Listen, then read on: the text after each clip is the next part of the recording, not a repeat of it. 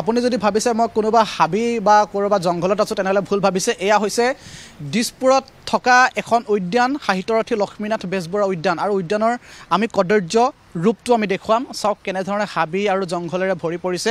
আৰু ইয়ালৈ পুৱাৰ ভাগত যথেষ্ট লোক আহে, কাৰণ খোজকাঢ়িবৰ কাৰণে লোক আহে, তেওঁলোকে শৰীৰ চৰ্চা কৰিবৰ কাৰণে আহে কিছু লোক। গতিকে এই স্থানসমূহ, কাৰণ চাওক দিছপুৰ সচিবালয়ৰ কাষতে লাগি থকা এইখন উদ্যান, আৰু এইখন উদ্যানৰ এনে এটা ৰূপ দেখি হয়তো সকলোৱে এতিয়া হতভম্ব হৈছে। কাৰণ স্বচ্ছ ভাৰতৰ কথা কৈ থকা এখন দেশত এখন পাৰ্কৰ, চৰকাৰী এখন পাৰ্ক, এই পাৰ্কৰ যি অৱস্থা, যি ৰূপ, সেই ৰূপ দেখিলে হয়তো আপোনাৰো চকু কপালত উঠিব। কেনে এটা কদৰ্যময় ৰূপ। তৰুণ গগৈ সেই সময় কংগ্ৰেছ চৰকাৰ 2012 চনত স্থাপন কৰা হৈছিল। তেতিয়া গড়কাপ্তানি আৰু নগৰ উন্নয়ন বিভাগৰ মন্ত্ৰী আছিল অজন্তা নেওগ, আৰু এতিয়া অজন্তা নেওগ এগৰাকী অসম চৰকাৰৰ শক্তিশালী মন্ত্ৰী। আৰু সেই সময় মন্ত্ৰীয়ে এইখন উদ্যান তেওঁলোকে মুকলি কৰিছিল 12 চনত। আৰু এই ৰূপটো আমি দেখাইছোঁ, চাওক কেনেধৰণে এটা পৰিত্যক্ত অৱস্থাত আছে এইখন উদ্যান। গতিকে এই উদ্যানখনত দুজনকৈ কৰ্মচাৰী আছে। এই দুজনকৈ কৰ্মচাৰী থকাৰ পিছতো কিয় আজিলৈকে এই উদ্যানখনৰ পৰিষ্কাৰ হৈ নুঠিল, সেই কথাটো আমি দেখুৱাম। কাৰণ কি এটা ৰূপ, সেই ৰূপটো হয়তো আপোনালোকে নিশ্চয়কৈ কেমেৰাত ধৰিব পাৰিছে। মই কিছু ইয়াৰে কৰ্মচাৰী আছে, মই তেওঁলোকৰ পৰা জানিব বিচাৰিম। আন এজন আছে, আপুনি সদায় ইয়ালৈ আহে, শৰীৰ চৰ্চা কৰিবলৈ আহে, খোজকাঢ়িবলৈ আহে, দেখিছে কেনে এটা ৰূপ। চাওক হাবি জংঘলেৰে ভৰি পৰিছে, এও আছে। গতিকে কি ক'ব বিচাৰিব আজি? মানে ৰাতিপুৱা ইয়াত আহি এটা মনটো ভাল লাগে, প্ৰফুল্ল হয়। আৰু আমি ৱাক কৰাৰ পাছতে এটা আৰু মনটো আৰু বেছি ফ্ৰেছ হয়। আৰু আমি 15 পৰা 20 জনে আমি গ্ৰুপ এটা আছোঁ, তেওঁলোকে আহিব অলপ দেৰিকৈ। কিন্তু আপোনাৰ ৰূপটো দেখিছে কেনেধৰণৰ পৰিষ্কাৰ পৰিচ্ছন্নতা নাই?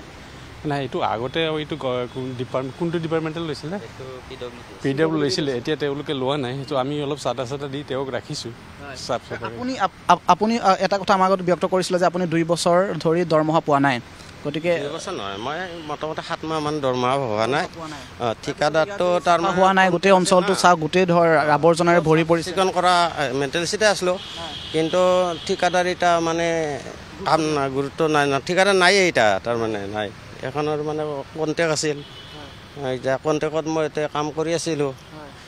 এতিয়া চেলাৰী ঠিকাদাৰ নহ'লে চেলাৰী ক'ত পাম?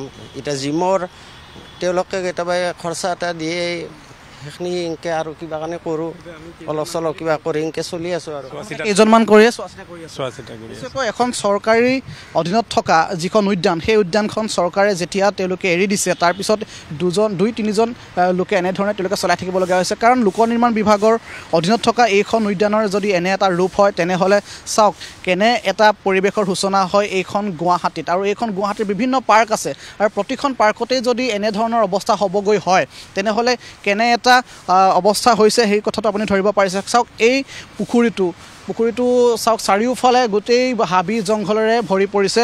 ইয়াতে যিসমূহ কাছ আছে, সেই কাছসমূহ পাৰলৈ উঠি আহে। পানী হয়তো যথেষ্ট লেতেৰা হৈছে, আপোনালোকে স্ক্ৰীণত দেখিব পাৰিছে, যথেষ্ট লেতেৰা চাৰিওকাষ। গতিকে এই যি পৰিৱেশ, এই পৰিৱেশ হয়তো আপুনি অনুমান কৰিব পাৰিছে যে কেনেধৰণৰ এটা পৰিৱেশৰ সূচনা হৈছে। কাৰণ পূৰ্বতে এই স্থানত এটা ইলেক্ট্ৰিকেল ৱাটাৰ যি মেচিন আছিলে, সেই মেচিনো ইয়াৰ পৰা চোৰে লৈ গৈছে। আৰু চোৰে লৈ যোৱাৰ পিছত আজিলৈকে এই উদ্যানখনত বা এই পাৰ্কখনত কোনো ধৰণৰ ব্যৱস্থা খোৱা পানীৰ ক্ষেত্ৰত তেওঁলোকে নল'লে। কিন্তু এনে যে যদি ৰূপ হ'বলগীয়া হয়, তেনেহ'লে সাধাৰণ জনতাই এনেসমূহ উদ্যানলৈ বা এই উদ্যানসমূহলৈ আহি তেওঁলোকে যিসমূহ বস্তু ইয়াতে থাকে, সেই বস্তুসমূহ চাবৰ কাৰণে কেনেধৰণে তেওঁলোকে মন মেলিব, সেই কথাটো আপুনি নিশ্চয়কৈ অনুমান কৰিব পাৰিছে। যিসমূহ শৌচাগাৰ আছে ইয়াত বা প্ৰস্ৰাৱগাৰ আছে, সেইসমূহৰ ৰূপ দেখিলে হয়তো আপোনাৰ চকু কপালত উঠিব যে কিমান দিন ধৰি সেইসমূহ শৌচাগাৰ আজিলৈকে চাফা কৰা নাই। কাকলি আছে, কাকলিয়ে পৰিৱেশ দেখুৱাইছে। যিটো সাহিত্যৰথী লক্ষ্মীনাথ বেজবৰুৱাৰ মূৰ্তি আছে, সেই মূৰ্তিৰো চাৰিওকাষে এতিয়া লেতেৰা আৱৰ্জনা হাবি জংঘলেৰে ভৰি পৰিছে। কাৰণ 2012 চনতে স্থাপন কৰা হৈছিল এইখন উদ্যান। তাৰপিছত আজিলৈকে কিয় চৰকাৰে সেই কথাটো গুৰুত্ব নিদিলে, সেই কথাটোহে অতি চিন্তনীয় আৰু পৰিতাপৰ কথা। কাৰণ এই উদ্যানখনলৈ যথেষ্ট লোক আহে, পুৱাৰ ভাগত যথেষ্ট লোক আহে, তেওঁলোকে আহি ইয়াতে শৰীৰ চৰ্চা কৰিবৰ কাৰণে আহে। গতিকে এই উদ্যানখনৰ যদিহে পৰিৱেশটো সুস্থ হৈ নাথাকে, তেনেহ'লে মানুহৰ খোজকঢ়াৰ বা মানুহে ইয়ালৈ অহাৰ যি পৰিৱেশ, সেই পৰিৱেশটো কেনেধৰণৰ হয় সেই কথাটো নিশ্চয়কৈ অনুমেয়। গতিকে অসম সচিবালয়ৰ গাতে লাগি থকা এই উদ্যানখনৰ এনে এটা ৰূপ দেখি হয়তো সকলোৱে হতভম্ব হৈ পৰিছে। হাবি জংঘলেৰে ভৰি পৰিছে। চাওক কেনেধৰণে ইয়াৰ চাফা কৰাৰ যি দায়িত্ব সেই দায়িত্ব দুজনকৈ কৰ্মচাৰীক সেই সময়ত দিয়া হৈছিল যদিও কিন্তু সেই কৰ্মচাৰী দুজনৰ দৰমহাও কিন্তু তেওঁলোকে দিব নোৱাৰিলে যাৰ বাবে তেওঁলোকে আজি যথেষ্ট ক্ষোভ প্ৰকাশ কৰিছে আমাৰ আগত ইতিমধ্যে আপোনালোকে দেখিছে চ' কেনেধৰণৰ এটা পৰিৱেশ সূচনা হৈছে এই স্থানত নিশ্চয়কৈ ধৰিব পাৰিছে পাপৰি গতিকে গুৱাহাটী মহানগৰীৰ এইখন উদ্যান সাহিত্যৰথী লক্ষ্মীনাথ বেজবৰুৱাৰ যি উদ্যান সেই উদ্যানৰ এনে এটা ৰূপ দেখি হয়তো সকলো হতভম্ব হৈ পৰিছে কাৰণ চাওক এই যি পথ আছে এই পথেৰে সদায় আহে লোকসকল আহে খোজকাঢ়িবৰ কাৰণে আহে বা মন্ত্ৰী বিধায়কো কেতিয়াবা আহে মই দাদা আপোনাৰ লগত অকণমান কথা পাতিব বিচাৰিম এইখনেই হৈছে সাহিত্যৰথী লক্ষ্মীনাথ বেজবৰুৱাৰ উদ্যান গতিকে এইখন উদ্যানৰ যি ৰূপ চাওক কেনেধৰণে হাবি জংঘলেৰে ভৰি পৰিছে চৰকাৰী অধীনত আছিলে কিন্তু চৰকাৰৰ অধীনত থকাৰ পিছতো যে ব্যৱস্থা নল'লে কথাটো কি ক'ব বিচাৰিব আপুনি মই সেইটো কথা ধৰিব পৰা নাই কিয় কাৰণে চৰকাৰে কৰিব পৰা নাই কাৰণ হয়তো এটা ডিপাৰ্টমেণ্টৰ পৰা এটা ডিপাৰ্টমেণ্টত গৈছে এনেকুৱা ধৰণৰ হ'ব পাৰে সেইকাৰণে এই সময়টোত মানে হেৰি হৈছে মই নাজানো মই আজি 2 বছৰৰ পৰা আছোঁ ইয়াতে খোজকাঢ়ি কাৰণ ইয়াতে ছাঁ থাকে ধুনীয়াকৈ খোজকাঢ়িব সুবিধা হয় এই আৰু আমি মাজে মাজে অলপ চলপ পইচা তুলি চাফা কৰাওঁ এনেকুৱা অৱস্থা আপোনালোকে দিবলগীয়া হৈছে আমি নিজে দি উপায়টো নাই আমি খোজকাঢ়িবলৈ পিছলৈ পৰিম সেইটো কাৰণে ঠিক ঠাক কৰিব লগা হয় চৰকাৰলৈ কি অনুৰোধ জনাব চৰকাৰলৈ অনুৰোধ আছে চৰকাৰে যদি পাৰে কিবা এটা ব্যৱস্থা কৰক চাফ চিকুণকৈ ৰখাৰ দায়িত্বটো তেখেতসকলৰে কাৰণ আমি ৰাজহুৱা সম্পত্তি হিচাপে আমি যি পাৰোঁ মেইনটেইন কৰিব নহয় জানো সেইটো আমাৰ দায়িত্ব আমি লেতেৰা নকৰাকৈ কেনেকৈ থাকিব পাৰি সেইটো আমাৰ দায়িত্ব আছে কিন্তু গোটেইখিনি মেইনটেইন কৰাটো আমাৰ পক্ষে সম্ভৱ নহয় জানো গতিকে সেইটোৱে কথা আৰু টয়লেটৰ অৱস্থা আপুনি যদি দেখুৱাব পাৰে দেখুৱাবচোন বৰ লাজ লগা অৱস্থা আমি আগলৈ যাম আমি আগতো দেখুৱাম পৰিৱেশ এইকেইজন মানুহ আমি মোৰ কেমেৰাৰ সন্মুখত যিকেইজন মানুহ দেখিছে এইকেইজন মানুহেই এই উদ্যানখন চোৱা চিতা কৰে চৰকাৰী পক্ষৰ হেমাহিৰ বাবে তেওঁলোকে জহি খহি যোৱা এইখন উদ্যান যাতে পুনৰুজ্জীৱিত হয় সেইবাবে তেওঁলোকে চেষ্টা কৰি থাকে এইসকল লোক আছে এইসকল লোকে সদায় ইয়ালৈ পুৱাৰ ভাগত আহে গতিকে অতি পৰিতাপৰ কথা অতি চিন্তনীয় কথা কাৰণ চৰকাৰী অধীনত থকা এখন উদ্যান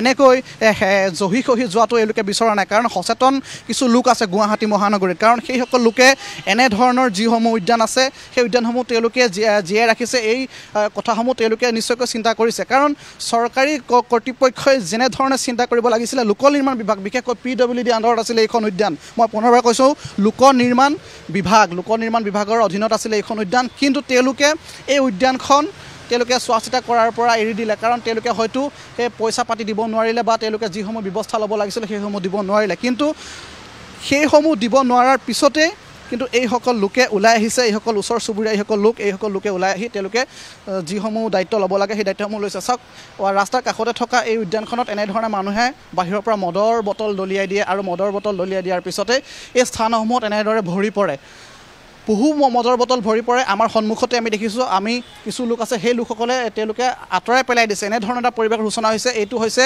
GS ৰোডৰ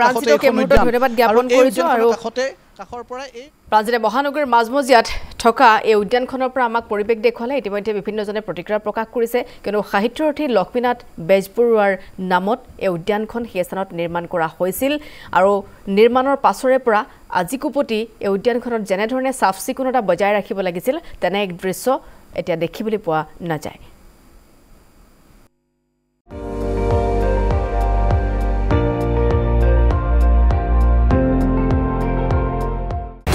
আপুনি চাই আছে ND24 সৰ্বশ্ৰেষ্ঠ নহয় সৰ্বোত্তমৰ দৌৰ